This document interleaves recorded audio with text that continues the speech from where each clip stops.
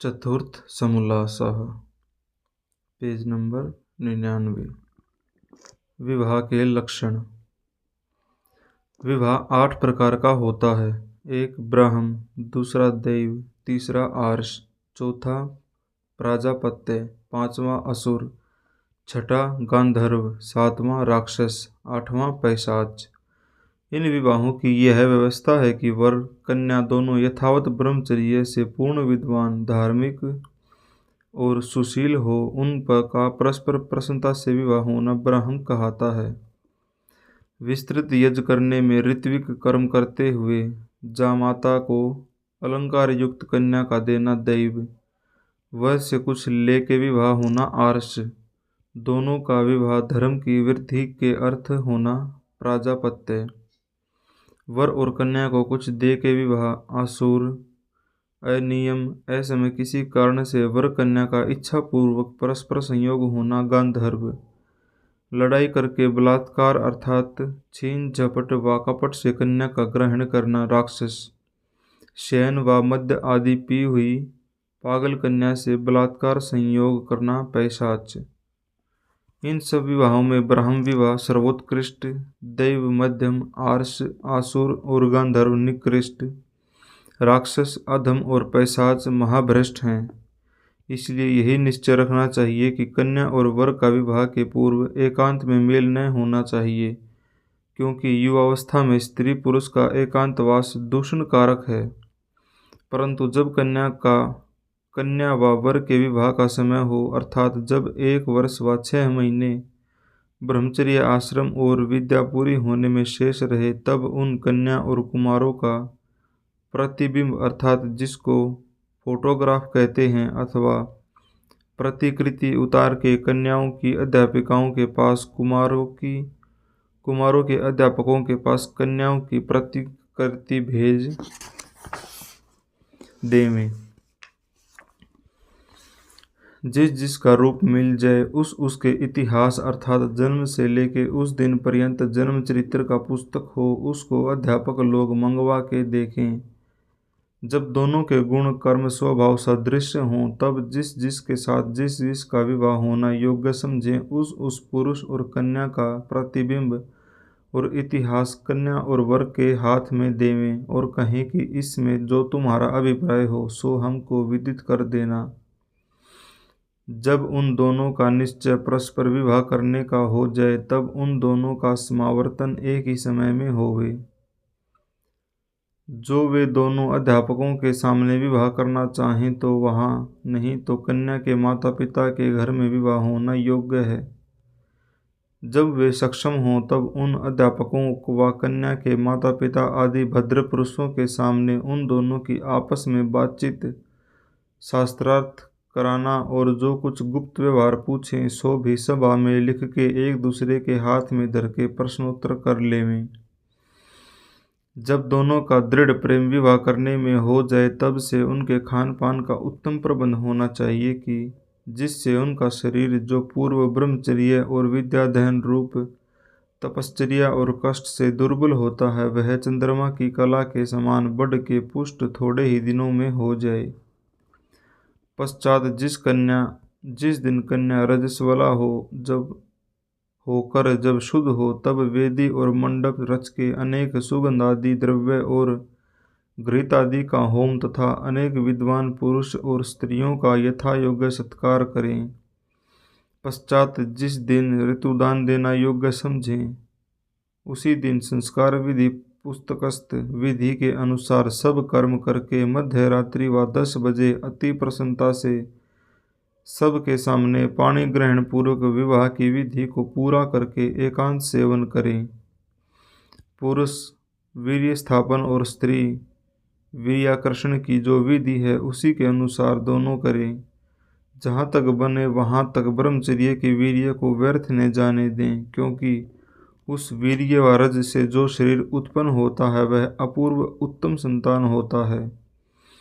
जब वीर्य का गर्भाशय में गिरने का समय हो, उस समय स्त्री और पुरुष दोनों स्थिर और नासिका के सामने नासिका, नेत्र के सामने नेत्र अर्थात सुधा शरीर और अत्यंत प्रसन्नचित रहें, डिगे नहीं। पुरुष अपने स्त्री शरीर को ढीला छोड़े और स्त्री वीर्य प्राप्ति समय अपान वायु को ऊपर खींचे, योनि को ऊपर संकोच कर वीर्य का ऊपर आकर्षण करके गर्भाशय में स्थित करे। पश्चात दोनों शुद्ध जल से स्नान करें। यह बात रहस्य की है, इसलिए इतने से ही समग्र बातें समझ लेनी चाहिए, विशेष लिखना उचित नहीं। गर्भ स्थिति होने का परिज्ञान विदुषी स्त्री को तो उसी समय हो जाता है, परंतु इसका निश्चय 1 मास के पश्चात रजस्वला न होने पर सबको हो जाता है। सौंठ, केसर, अश्वगंध, छोटी इलायची और सालम मिश्री डाल के गर्म करके जो प्रथम ही रखा हुआ ठंडा दूध है, उसको यथारुचि दोनों पी के अलग अलग अपनी अपनी शैया में शयन करें। यही विधि जब जब गर्भाधान की क्रिया करें तब तब करना उचित है। जब महीने भर में रजस्वला न होने से गर्भ स्थिति का निश्चय हो जाए, तब से 1 वर्ष पर्यंत स्त्री पुरुष का समागम कभी न होना चाहिए, क्योंकि ऐसा न होने से संतान उत्तम और पुनः दूसरा संतान भी वैसा ही होता है। अन्यथा वीर्य व्यर्थ जाता, दोनों की आयु घटती जाती और अनेक प्रकार के रोग होते हैं। परंतु ऊपर से भाषण आदि प्रेम युक्त व्यवहार दोनों को अवश्य रखना चाहिए। पुरुष वीर्य की स्थिति और स्त्री गर्भ की रक्षा और भोजन छादन इस प्रकार करें कि जिससे पुरुष का वीर्य स्वपन में भी नष्ट न हो और गर्भ में बालक का शरीर अत्युत्तम रूप, लावण्य, पुष्टि, बल, पराक्रम युक्त होकर 10वें महीने में जन्म होवे। विशेष उसकी रक्षा 4थे महीने से और अति विशेष 8वें महीने से आगे करनी चाहिए। कभी गर्भवती स्त्री रेचक, रुक्ष, मादक द्रव्य, बुद्धि और बलनाशक पदार्थों के भोजन आदि का सेवन न करे, किंतु घी, दूध, उत्तम चावल, गेहूँ, मूंग, उर्द आदि अन्नपान और देश काल का भी सेवन युक्ति पूर्वक करे। गर्भ में 2 संस्कार, एक 4थे महीने पुंसवन और दूसरा 8वें महीने में सीमंतोन्नयन विधि के अनुकूल करे। जब संतान का जन्म हो तब स्त्री और लड़के के शरीर की रक्षा बहुत सावधानी से करें, अर्थात शुंठी पाक अथवा सौभाग्य शुंठी पाक प्रथम ही बनवा रखें। उस समय सुगंधि युक्त उष्ण जल, जो कि किंचित उष्ण रहा हो, उससे स्त्री स्नान करें और बालक को भी स्नान करावें। तत्पश्चात नाड़ी छेदन, बालक की नाभि के जड़ में एक कोमल सूत से बांध 4 अंगुल छोड़ के ऊपर से काट डालें। उसको ऐसा बांधे कि जिससे शरीर से रुधिर का एक बूंद भी न जाने पावे। पश्चात उस स्थान को शुद्ध करके उसके द्वार के भीतर सुगंधादि युक्त घृतादि का होम करें। पश्चात संतान के कान में पिता वेदो अशीति अर्थात तेरा नाम वेद है सुनाकर घी और शहद को लेके सोने की शलाका से जीभ पर ओम अक्षर लिख कर मधु और घृत को उसी शलाका से चटवावें।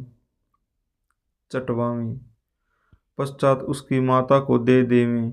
जो दूध पीना चाहे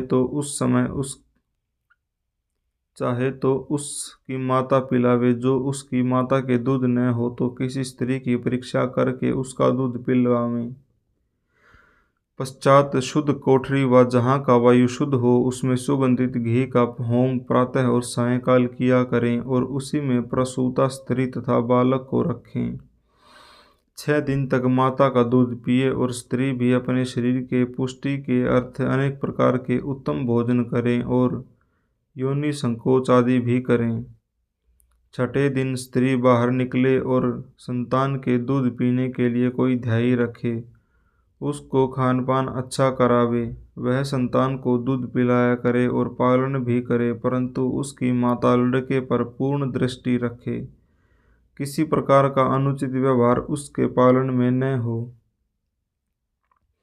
स्त्री दूध बंद करने के अर्थ स्तन के अग्रभाग पर ऐसा लेप करे कि जिससे दूध स्रवित न हो। उसी प्रकार खान पान का व्यवहार भी यथा योग्य रखे। पश्चात नामकरण आदि संस्कार विधि की रीति से यथाकाल करता जाए। जब स्त्री फिर रजस वाला हो तब शुद्ध होने के पश्चात उसी प्रकार ऋतुदान देवें। जो अपनी ही स्त्री से प्रसन्न और ऋतुगामी होता है वह ग्रस्त भी ब्रह्मचारी के सदृश है।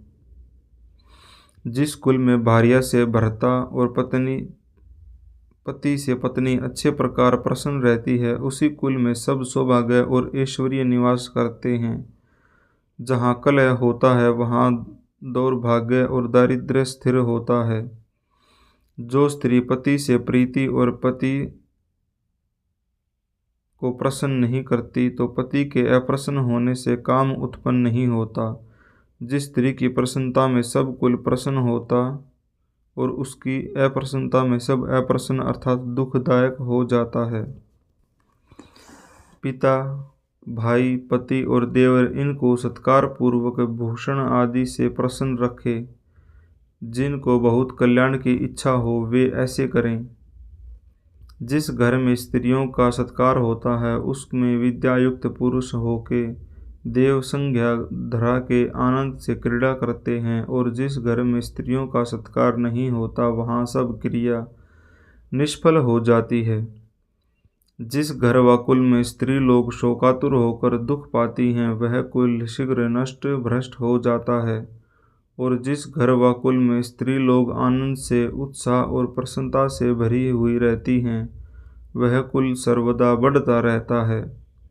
इसलिए ऐश्वर्य की कामना करने हारे मनुष्यों को योग्य है कि सत्कार और उत्सव के समयों में भूषण, वस्त्र और भोजन आदि से स्त्रियों का नित्य प्रति सत्कार करें। यह बात सदा ध्यान में रखनी चाहिए कि पूजा शब्द का अर्थ सत्कार है, और दिन रात में जब जब प्रथम मिले व पृथक हों तब तब प्रीति पूर्वक नमस्ते एक दूसरे से करें। स्त्री को योग्य है कि अति प्रसन्नता से घर के कामों में चतुराई युक्त सब पदार्थों के उत्तम संस्कार, घर की शुद्धि और व्यय में अत्यंत उदार न रहें, अर्थात सब चीज़ें पवित्र और पाक इस प्रकार बनावें जो औषध रूप होकर शरीर व आत्मा में रोग को न आने देवें। जो व्यय को उसका हिसाब यथावत रख के पति आदि को सुना दिया करें। घर के नौकर चाकरों से यथा योग्य काम लेवें, घर के किसी काम को बिगड़ने न देवें। उत्तम स्त्री नाना प्रकार के रत्न, विद्या, सत्य, पवित्रता, श्रेष्ठ भाषण और नाना प्रकार की शिल्प विद्या अर्थात कारीगरी सब देश तथा सब मनुष्यों से ग्रहण करें। सदा प्रिय सत्य दूसरे का हितकारक बोलें, अप्रिय सत्य अर्थात काणे को काणा न बोलें, अनृत अर्थात झूठ दूसरे को प्रसन्न करने के अर्थ न बोलें। सदा भद्र अर्थात सबके हितकारी वचन बोलें। शुष्क वैर अर्थात बिना अपराध किसी के साथ विरोध व विवाद न करें। जो दूसरों का हितकर हो और बुरा भी माने तथापि कहे बिना न रहें। हे धृतराष्ट्र, इस संसार में दूसरे को निरंतर प्रसन्न करने के लिए प्रिय बोलने वाले प्रशंसक लोग बहुत हैं, परंतु सुनने में अप्रिय विदित हो और वह कल्याणकार करने वाला वचन हो उसका कहने और सुनने वाला पुरुष दुर्लभ है। क्योंकि सत्पुरुषों को योग्य है कि मुख के सामने दूसरे का दोष कहना और अपना दोष सुनना, परोक्ष में दूसरे के गुण सदा कहना, और दुष्टों की यही रीति है कि सम्मुख में गुण कहना और परोक्ष में दोषों का प्रकाश करना। जब तक मनुष्य दूसरे से अपने दोष नहीं सुनता व कहने वाला नहीं कहता तब तक मनुष्य दोषों से छूटकर गुणी नहीं हो सकता। कभी किसी की निंदा न करे। जो गुणों में दोष, दोषों में गुण लगाना वह निंदा, और गुणों में गुण, दोषों में दोष का कथन करना स्तुति कहती है। अर्थात मिथ्या भाषण का नाम निंदा और सत्य भाषण का नाम स्तुति है। जो शीघ्र बुद्धि, धन और हित की वृद्धि करने हारे शास्त्र और वेद हैं, उनको नित्य सुने और सुनावें। ब्रह्मचर्य आश्रम में पढ़े हों, उनको स्त्री पुरुष नित्य विचारा और पढ़ाया करें। क्योंकि जैसे जैसे मनुष्य शास्त्रों को यथावत जानता है, वैसे वैसे उस विद्या का विज्ञान बढ़ता जाता है और उसी में रुचि बढ़ती रहती है। 2 यज्ञ ब्रह्मचर्य में लिख आए वे अर्थात 1 वेदादि शास्त्रों का पढ़ना पढ़ाना, संध्योपासना योगाभ्यास। 2 देव यज्ञ विद्वानों का संग, सेवा, पवित्रता, दिव्य गुणों का धारण, दातृत्व, विद्या की उन्नति करना। ये दोनों यज्ञ प्रातः सायं करने होते हैं। जो संध्या काल में होम होता है, वह हुत द्रव्य प्रातः काल तक वायु शुद्धि द्वारा सुखकारी होता है। जो अग्नि में प्रातः काल में होम किया जाता है, वह हुत द्रव्य सायंकाल पर्यंत वायु के शुद्धि द्वारा बल, बुद्धि और आरोग्य कारक होता है। इसलिए दिन और रात्रि के संधि में अर्थात सूर्य उदय और सूर्यास्त में परमेश्वर का ध्यान और अग्निहोत्र अवश्य करना चाहिए।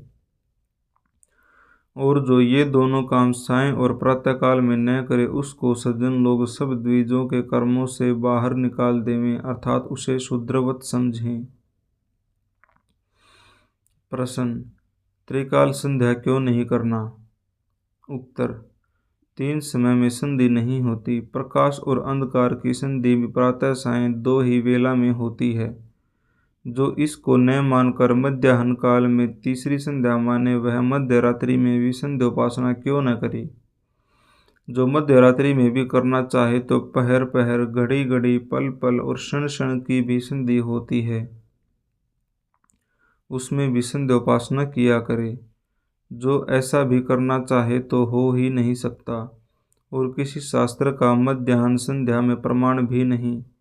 इसलिए दोनों कालों में संध्या और अग्निहोत्र करना समुचित है, तीसरे काल में नहीं। और जो 3 काल होते हैं, वे भूत, भविष्यत और वर्तमान के भेद से हैं, संध्योपासना के भेद से नहीं। 3 पितृयज्ञ अर्थात जिसमें जो देव, विद्वान, ऋषि, जो पढ़ने पढ़ाने हारे, पितृ, माता पिता आदि वृद्ध ज्ञानी और परम योगियों की सेवा करनी। पितृयज्ञ के 2 भेद हैं, एक श्राद्ध और दूसरा तर्पण। श्राद्ध अर्थात श्रत सत्य का नाम है। जिस क्रिया से सत्य का ग्रहण किया जाए उसको श्रद्धा, और जो श्रद्धा से कर्म किया जाए उसका नाम श्राद्ध है। जिस जिस कर्म से तृप्त अर्थात विद्यमान माता पिता आदि पितृ प्रसन्न हों और प्रसन्न किए जाएं, उसका नाम तर्पण है। परंतु यह जीवितों के लिए है, मृतकों के लिए नहीं। जो विद्वान है उन्हीं को देव कहते हैं। जो सांगोपांग 4 वेदों के जानने वाले हों, उनका नाम ब्रह्मा है। और जो उनसे न्यून पढ़े हों, उनका भी नाम देव अर्थात विद्वान है।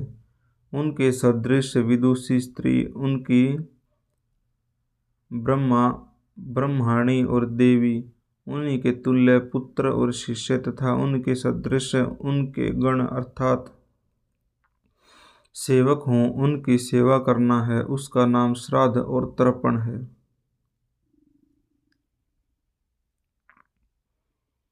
जो ब्रह्मा के प्रपौत्र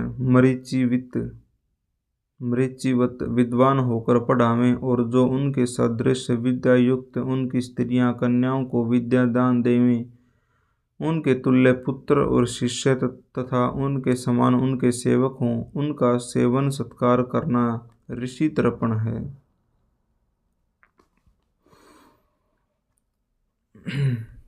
अथा पितृतर्पणम। जो परमात्मा और पदार्थ विद्या में निपुण हों, वे सोमसद। जो अग्नि अर्थात विद्युदादि पदार्थों के जानने वाले हों, वे अग्निश्वात। जो उत्तम विद्यावृद्धि युक्त व्यवहार में स्थित हों, वे बर्हिषद।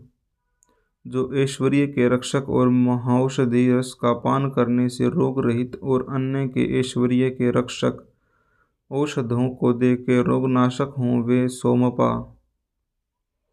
जो मादक और हिंसाकारक द्रव्यों को छोड़ के भोजन करने हारे हों वे हविर्भुज।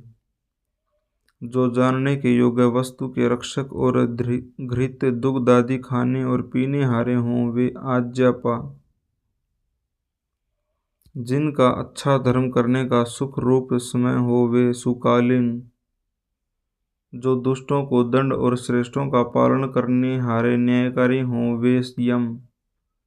जो संतानों का अन्न और सत्कार से रक्षा व जनक हो वह पिता। जो पिता का पिता हो वह पितामह और जो पितामह का पिता हो वह प्रपितामह। जो अन्न और सत्कारों से संतानों का मान्य करे वह माता। जो पिता की माता हो वह पितामही और पितामह की माता हो वह प्रपितामही। अपनी स्त्री तथा भगिनी संबंधी और एक गोत्र के पिता एक गोत्र के तथा अन्य कोई भद्र पुरुष व वृद्ध हों उन सब को अत्यंत श्रद्धा से उत्तम अन्न वस्त्र सुंदर यान आदि देकर अच्छे प्रकार जो तृप्त करना, अर्थात जिस जिस कर्म से उनका आत्मा तृप्त और शरीर स्वस्थ रहे उस कर्म से प्रीति पूर्वक उनकी सेवा करनी वह श्राद्ध और तर्पण कहता है। चौथा वैश्वदेव, अर्थात जब भोजन सिद्ध हो तब जो कुछ भोजनार्थ बने उसमें से खट्टा लवण और क्षार को छोड़ के घृत मिष्ट युक्त अन्न लेकर चूल्हे से अग्नि अलग धर निम्नलिखित मंत्र से आहुति और भाग करे। जो कुछ पाकशाला में भोजनार्थ सिद्ध हो उसका दिव्य गुणों के अर्थ उसी पाकाग्नि में निम्नलिखित मंत्रों से विधि पूर्वक होम नित्य करे। इन प्रत्येक मंत्रों से एक एक बार आहुति प्रज्वलित अग्नि में छोड़ें। पश्चात थाली अथवा भूमि में पत्ता रख के पूर्व दिशा आदि कर्मानुसार यथाक्रम इन मंत्रों से भाग रखें। इन भागों को जो कोई अतिथि हो तो उसको जिमा देवें अथवा अग्नि में छोड़ देवें। इनके अनंतर लवणान अर्थात दाल भात शाक रोटी आदि लेकर 6 भाग भूमि में धरें। इसमें प्रमाण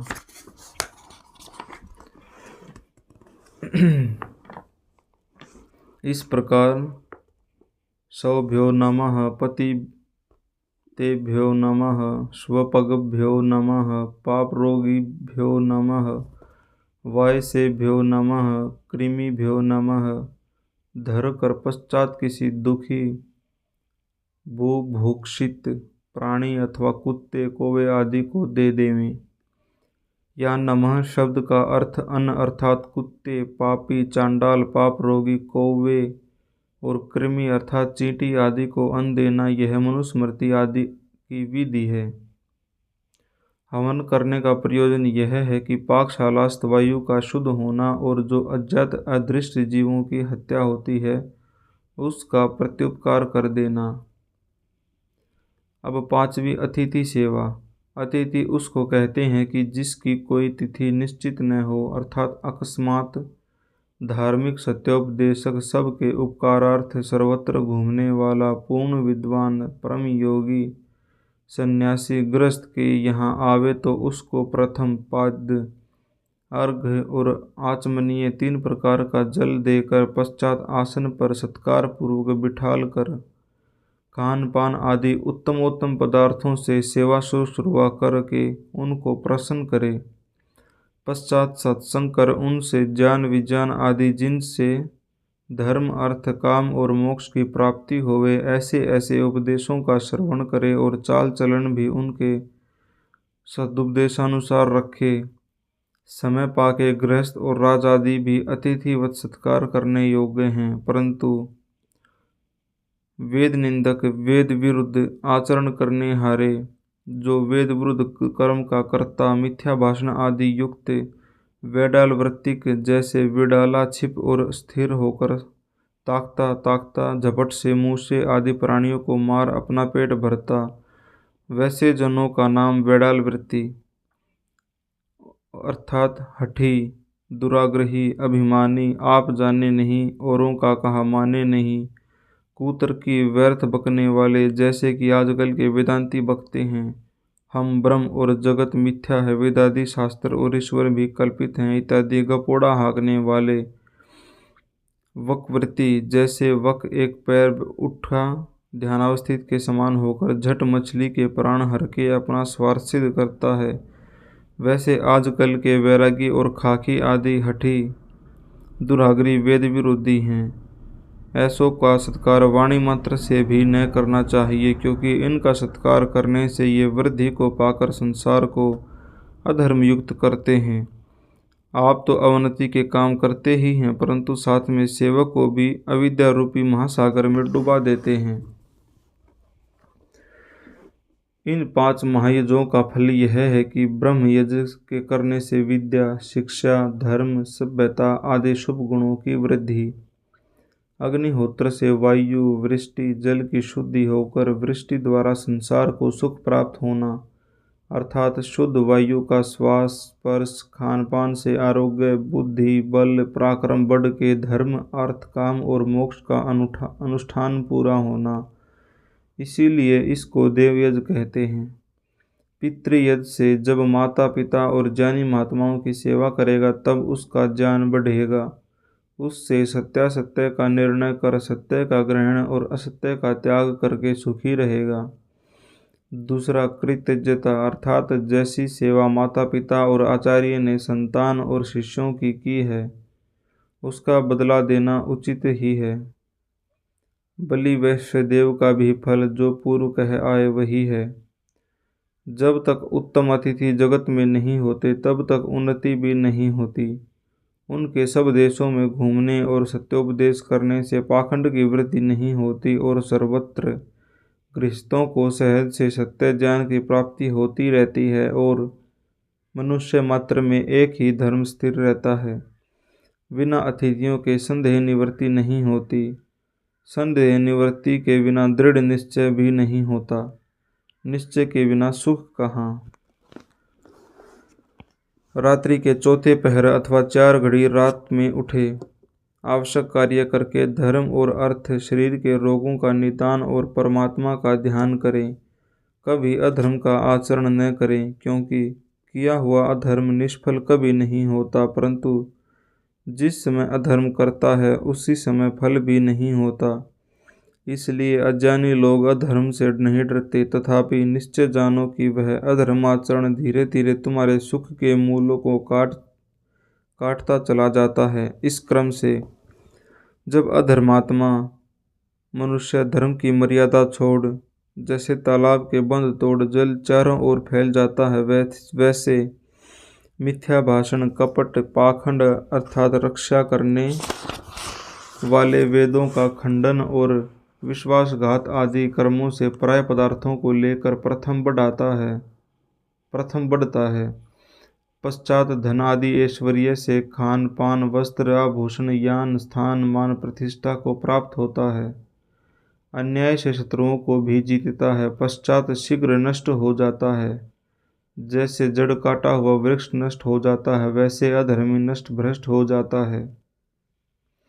वेदोक्त सत्य धर्म अर्थात पक्षपात रहित होकर सत्य के ग्रहण और असत्य के परित्याग, न्याय रूप वेदोक्त धर्म आदि आर्य अर्थात उत्तम गुणों के, उत्तम पुरुषों के गुण, कर्म, स्वभाव और पवित्रता ही में सदा रमण करे। वाणी, बाहु, उदर आदि अंगों का संयम अर्थात धर्म में चलाता हुआ धर्म से शिष्यों को शिक्षा किया करे।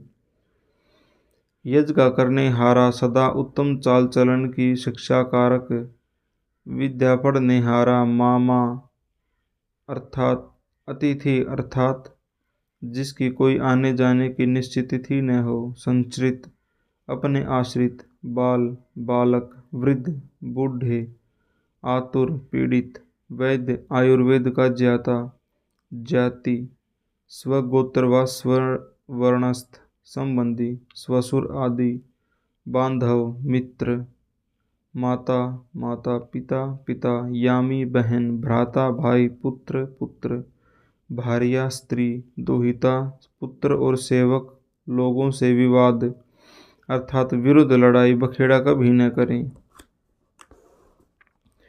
एक ब्रह्मचर्य, सत्य भाषण आदि तप रहित, दूसरा बिना पढ़ा हुआ, तीसरा अत्यंत धर्मार्थ, दूसरों से दान लेने वाला।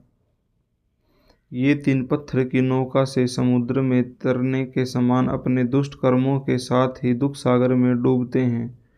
वे तो डूबते ही हैं परंतु दाताओं को साथ डुबा लेते हैं। जो धर्म से प्राप्त हुए धन का उक्त तीनों को देना है, वह दानदाता का नाश इसी जन्म और लेने वाले का नाश पर जन्म में करता है। जो वे ऐसे हों तो क्या हो, जैसे पत्थर की नौका में बैठ के जल में तैरने वाला डूब जाता है, वैसे अज्ञानी दाता और ग्रहीता दोनों अधोगति अर्थात दुख को प्राप्त होते हैं। आज बस इतना ही। ओ